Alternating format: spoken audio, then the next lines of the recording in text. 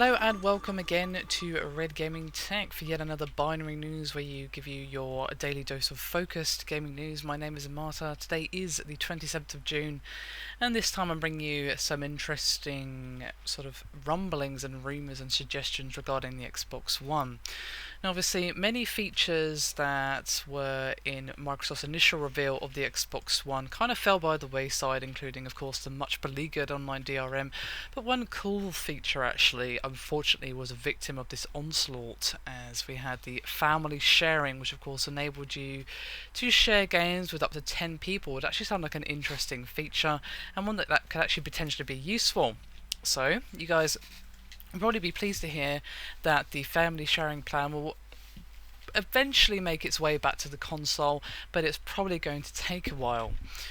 Now, when Phil Spencer was speaking to Gamertag, he said, quote, "We looked at the digital features that we had talked about last year, and as a gamer, there are a lot of those features that I really think really resonated and were smart features for people who really have a lot of games and maybe play on a couple of consoles or have a bunch of people in the house or want to share with friends. As I look at our monthly update roadmap, those kind of features are in our roadmap. There is a little bit of challenge now that you've got DRM on a disc." Now, obviously, this isn't the first time that someone high up in Xbox has actually hinted at the return of this feature. Mark Whitten, who is of course the Microsoft corporate vice president, made some comments last July saying that family sharing could return if it was something that people are really excited about and want, although he did speak further about some technical hurdles that would have to be overcome before that could actually happen. And he actually said, quote, "Taking family sharing out of the launch window is not about we're going to take our toys and go home or something like that. It was just sort of logistics of how do we get this very, very clear request if people want that choice, and how do we make sure we can do an excellent job of that, get to launch, and then be able to build a bunch of great new features. In the future, I think you're going to see the ways that we change how you discover, how you consume, share, and play." So there you have it. We don't even have a rough idea of when it's going to be coming back, but it will be coming back eventually.